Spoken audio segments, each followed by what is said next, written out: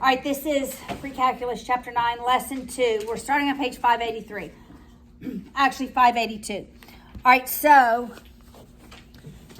to begin this lesson, we are going to use the addition and subtraction, or the sum and difference formulas on your trig sheet. So look at the sum and difference formulas, or identities. If I have the sine of two angles, so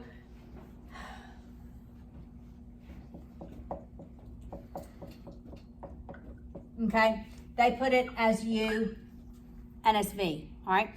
If I have the sine of two angles added, not plus, it equals the sine of the first one times the cosine of the second one plus the cosine of the first one times the sine of the second one. You see that on your identity? You see that? I just wrote real numbers. It's the sine of U times the cosine of V, the cosine of U times the sine of V. Do you see that identity? You said sum and difference formula? Sum and difference, yeah. Right here. Sine of U plus V, just read the top signs, equals the sine of U times cosine V plus cosine U times sine of V. I just gave you real values, right? So if this were minus, it'd be the same, but this is minus. Okay. Why do we want to use sum and difference identities? Here's why. What if I have something like the sine of 5 pi over 6? 12 over 12. Is 5 pi over 12 on the unit circle? Yes. Somewhere about it. It is not, because we only have pi over 3s, pi over 4s, and pi over 6s, right? On the unit circle. Or we double that denominator. But 5 pi over 6 is not on there. So, can I think of two radian measurements that would equal that same value? Can I make 5 pi over 12 equal to two separate, yeah? But I mean, the denominator.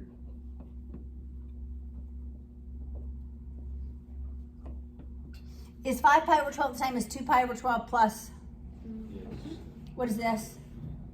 That's 1 pi over 6, and that's pi over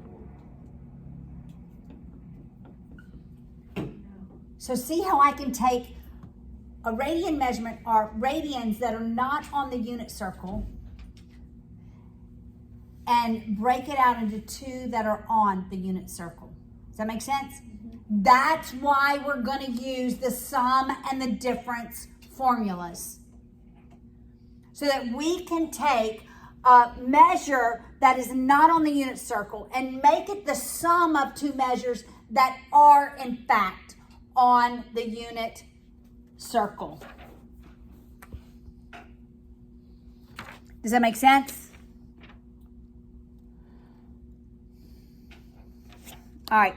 What if I had the sine of pi over 12? What if I began with the sine of pi over 12? I said I could subtract, right? So because that's such a small value, can I subtract 2? What can I subtract 2? I could subtract. And 2 pi over 4. And so now I can subtract pi over 4 minus pi over 3. And then I would use the sine of pi over 4 minus 3 equals the sine of pi over 4 times the sine of pi over 3 minus the cosine of pi over 4 times the sine of pi over 3. right? Do you see that? This would equal the sine of pi over 4 times the cosine of pi over 3 minus the cosine pi over 4 times the sine pi over 3. Make sense?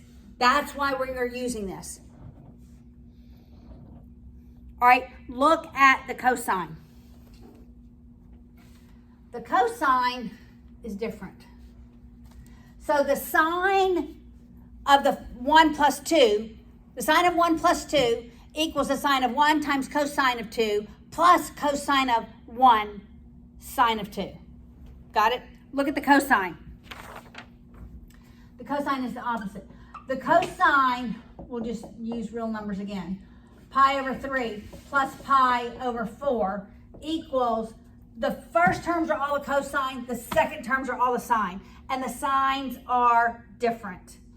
So it's the cosine pi over 3 times the cosine pi over 4 minus sine pi over 3 sine pi over 4. See how that one's different? But we're going to do the same concept. What if I had, and if this were minus, this would be plus. What if I had cosine 7 pi over 12? Could I add 2 radians? What 2 would I add? 3 pi over 12 plus 4 pi over 12, which would be pi over 4 and pi over. You see how this works?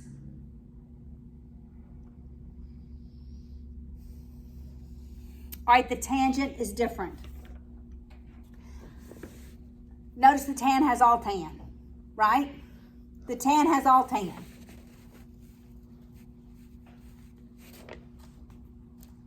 I do expect you to know the sine and the cosine. They are easy. I probably won't expect you to memorize the tangent.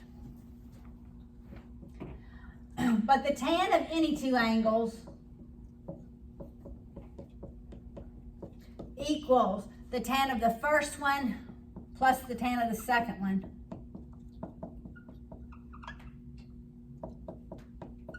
And all that is over 1 minus them multiplied.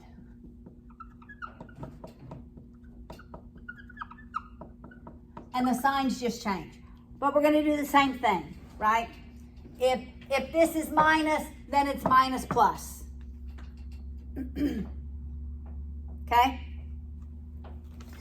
So you get a sense as to how we are going to use these trig ratios, these trig identities. All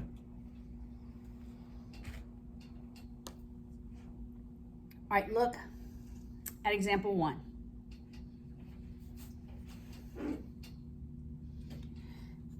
Example 1, we want to use the addition identities to find the sine of 5 pi over 12 and the cosine of 5 pi over 12. Okay, what did we say? 5 pi over 12 broken down into 2. 3 pi over 6 plus pi over 4. So yeah, it's 3 pi over 12 plus 2 pi over 12. So that's the sine of pi over 4 plus pi over 6. Right?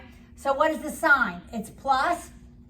So it's the sine of pi over 4 times the cosine of pi over 6 plus cosine pi over 4, the first one, Paula, 4 times the sine of pi over 6. All right, now we have to know the ratios from the unit circle. What is the sine of pi over 4? What is it? Is it square root of 2? Square root of 2 over 2. What's the cosine of pi over 6? What is it? Square root of 3 over 2. Square root of 3 over 2. Right, it's that first one. All right. What's the cosine of pi over 4? What is it, Laura? Square root of 2 over 2. And you should know the pi over 6 is 1/2. All right, so this is square root of 6 over 4 plus square root of 2 over 4. That's your answer. You could have written it also as square root of 6 plus square root of 2 over 4. I'm going to move this one down. We also know cosine can be broken down the same way. Pi over 4 plus pi over 6. Remember, the cosine is cosine, cosine, and the signs are opposite, sine, sine. So it's cosine pi over 4 cosine pi over 6 minus sine pi over 4 cosine pi over 4. Did I say cosine or did I? It's pi over 6 as well. Yes, thank you. I missed both of them. All right, what's the we already had this. Square root of 2 over 2 cosine pi over 6.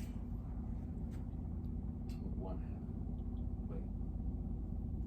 Not square root of 3 over 2. Square root of 3 over 2 minus square root of 2 over 2 times, this is sine, y'all. Yeah, This is you sine. were similar to cosine. And I wrote the same thing, huh? Yeah. This is 1/2. Good gunga munga. Okay, this is square root of 6 over 4 minus square root of 2 over 4, which is square root of 6 minus square root of 2 over 4. It's the same thing. Except the signs are, It's the conjugate. the numerator is the conjugate, yes. All right.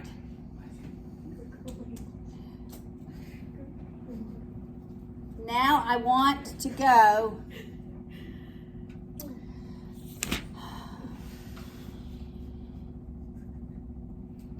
okay, I'm not going to do example 2 or 3.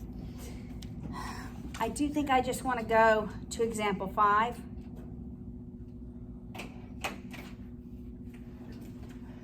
I debated this all day yesterday. Thomas and I worked through this together. Example 4. But I'm thinking it's not in your homework. All right, so just look at example 4. Example 4 is the difference quotient. When I say those words, what is the difference quotient? It's the derivative. It's calculus. The difference quotient is the derivative. It's calculus.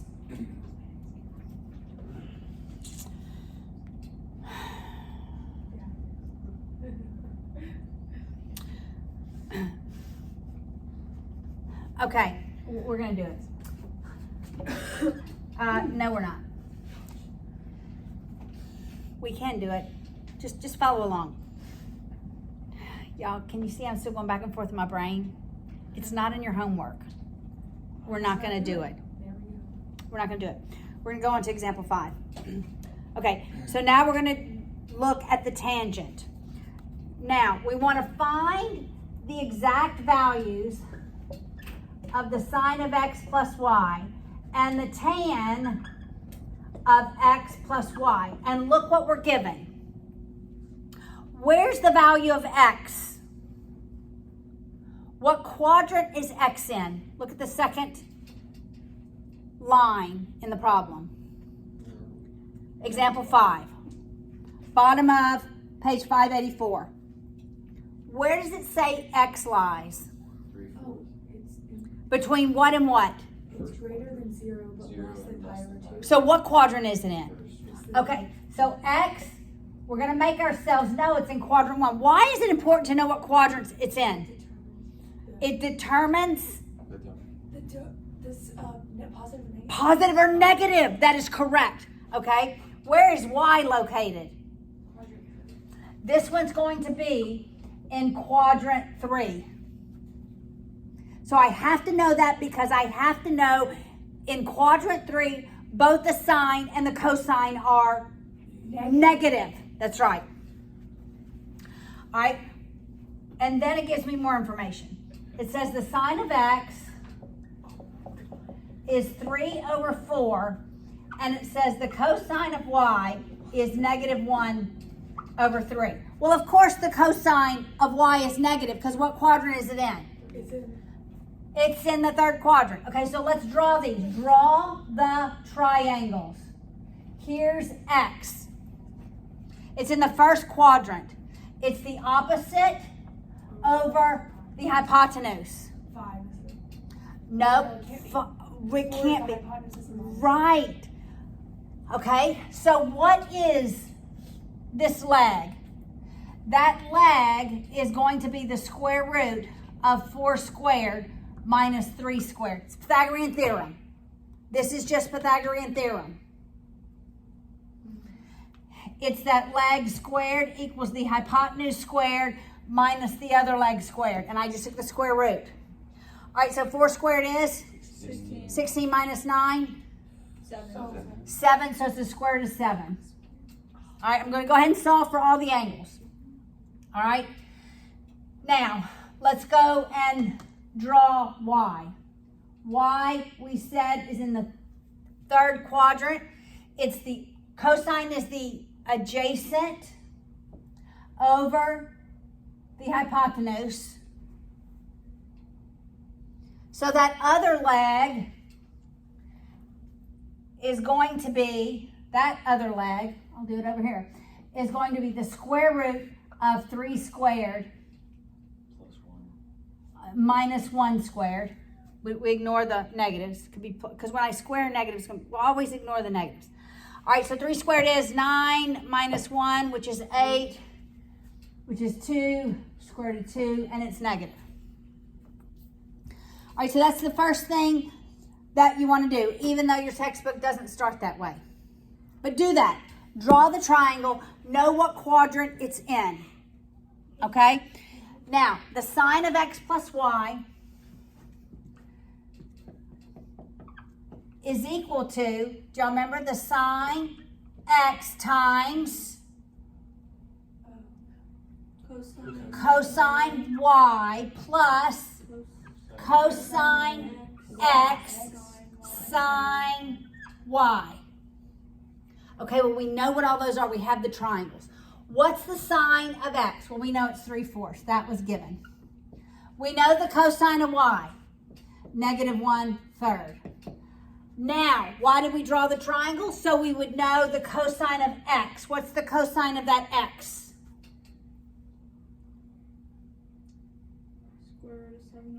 Square root of 7 over 4. Adjacent over hypotenuse. That's why we drew the triangles. What's the sine of y?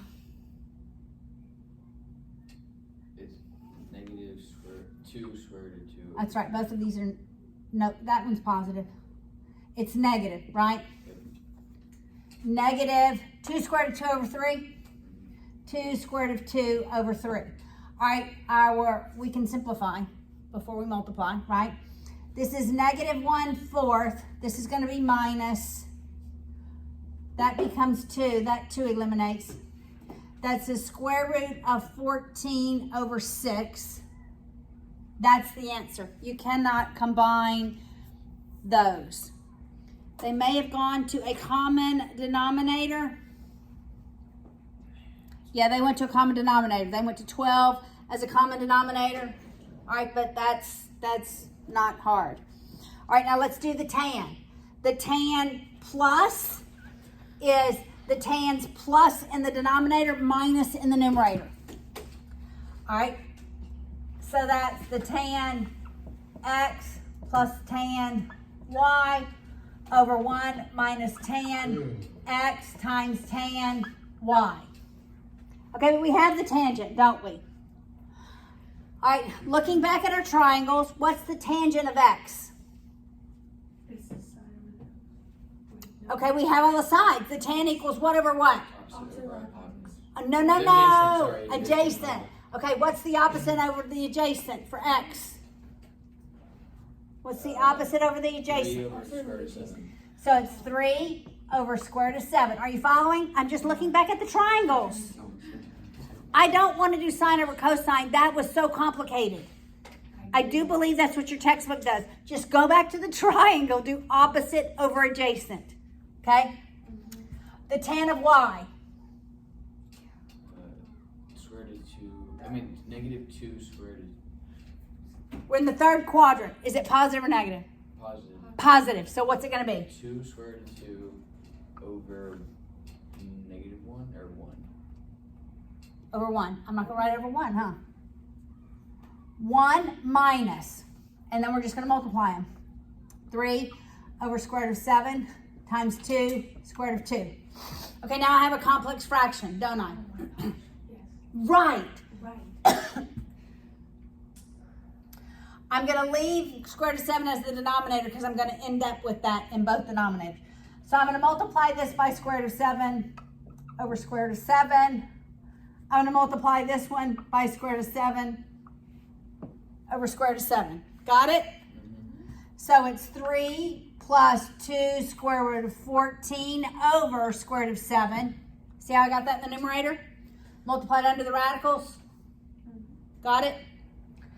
And this is going to be square root of 7 minus 6 square root of 2 over square root of 7. See, I have the same denominator, so it is numerator over numerator. So it's 3 plus 2 square root of 14 over 7 minus 6 square root of 2. Did they leave it like that? They rationalized the denominator. Wait, how did the 7, why isn't it underlined? It's, huh? Why isn't it square root of 7? It is square root of 7. Okay, yes. All right, how do I rationalize this denominator? Yep. Eliminate the square root of 7. Oh, that, sorry. This, how do I rationalize that denominator? The conjugate. Conjugate. Just taught it in Algebra 2 today. All right, so we go.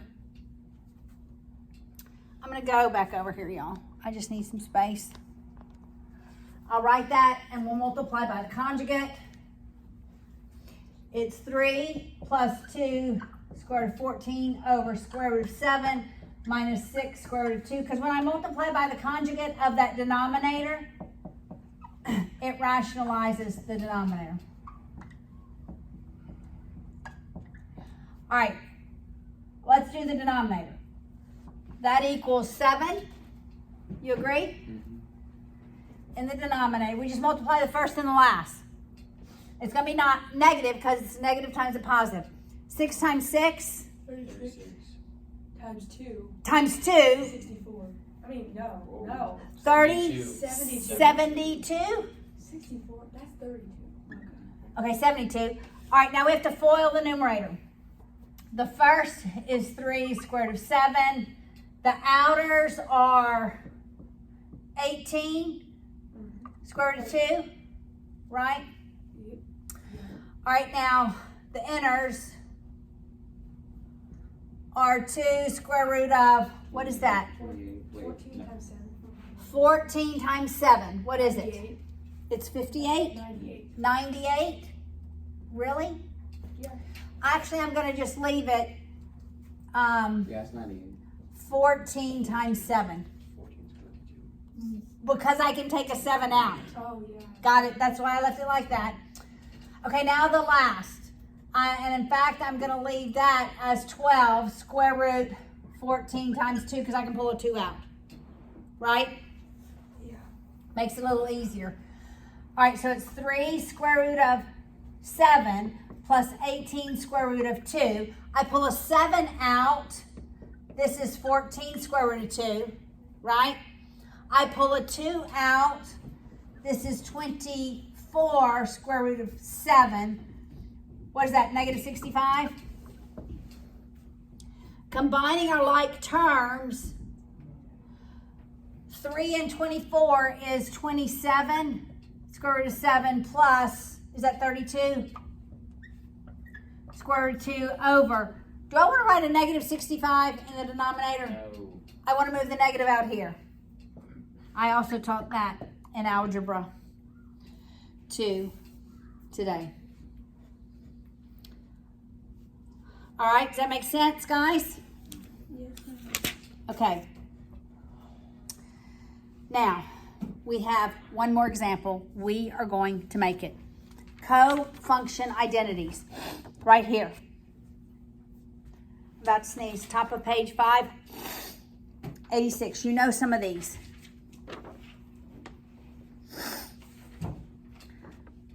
So the sine of pi over 2 minus u equals the cosine of u. Cosine of pi, just look at them, right? I'm not going to go through all of them. You can read them. I just want to quickly look at example 6. All right? Because it looks like an identity. It looks close to an identity, but not quite. I knew my book was going to close. Come on, come on.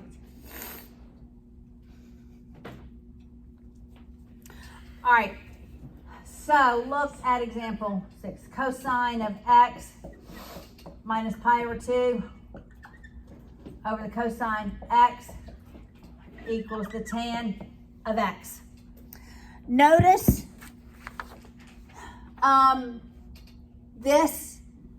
the cofunction identity is not x minus pi over 2, but it's Pi over 2. it's pi over 2 minus x, isn't it? Yeah. So how do I get cosine x minus pi over 2 to be the same as the cosine pi over 2 minus x? Okay, watch. Doesn't the cosine of x, what does it equal? The cosine of negative. Negative. Cosine of the opposite of that, right? Okay, so let's work up. So, could it be said that the cosine of x minus pi over 2 is equal to the opposite of x minus pi over 2? Is this the same as this identity? Okay, so now we're just going to distribute that negative. When I distribute it,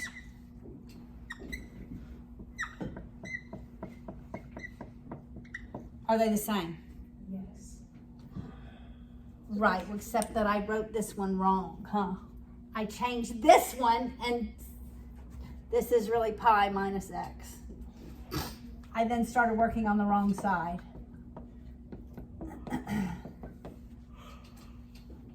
All right, so I just changed the sign of what's inside the parentheses so that they're equal.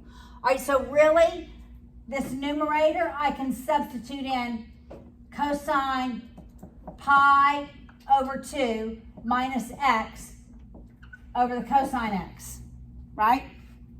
Now, what does it say the cosine, the cofunction for pi over 2 minus x? What does that equal? On your identity, It's the sine of x. it equals the sine of x. So in the numerator, that's what I am going to substitute in. Sine of x over cosine of x. It equals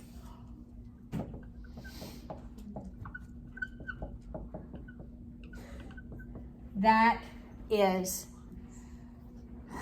an identity.